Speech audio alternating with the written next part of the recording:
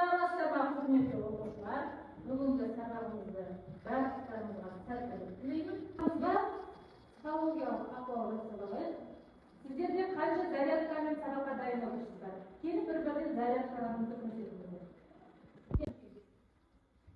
Жақсы. Амина.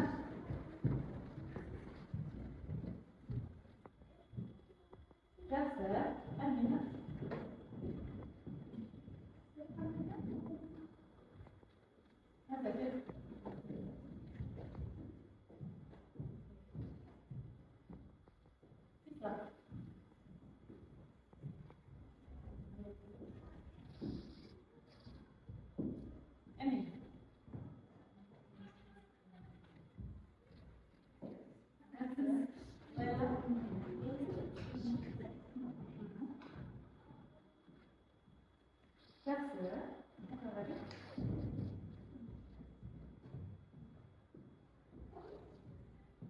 Керемет жақсы.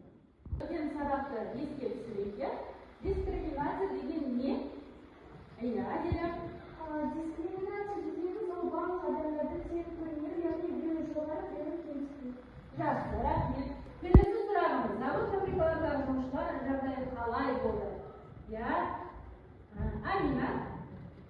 Завод фабрикада жұмысшылар жағдайы өте жақсы болмаған, оларға Жақсы. Завод фабрикадағы жұмысшылардың жағдайы өте төмен болған, себебі олар өте көп уақыт жұмыс жасаған. Қазіргі таңда адамдар тегіс жұмыс жасаса, ол кездері 13-14 сағаттан жұмыс жасаған.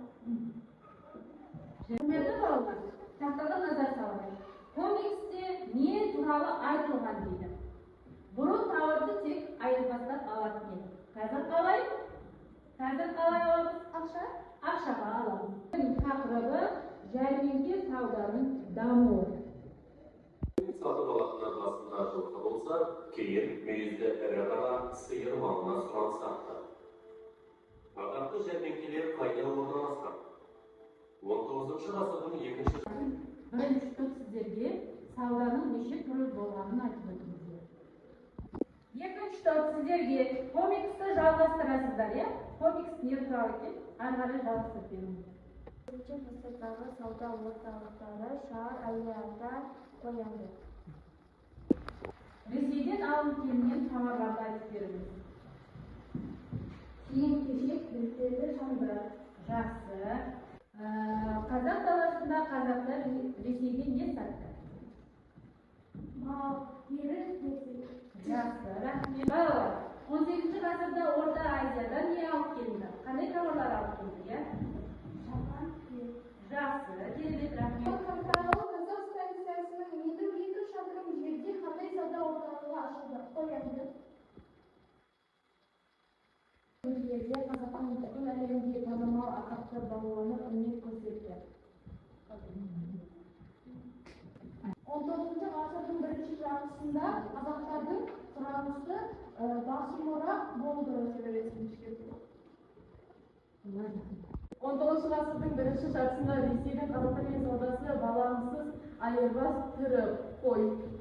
Сабағымызды сұрақтар арқылы қорытындылаймыз. Келіп роботты басамыз, сұрақтарға жауап береміз. Сауданың қанша түрі болды? 19 ғасырға қарай 3 сауданың түрі болған. Оның бірінші тұрақты, көшпелі және жәрмеңкелік сауда болған. Жәрмеңкеде қайда болды? Қоянды, Қарқаралы, Шабыл. Маған сабақ түсіп болды.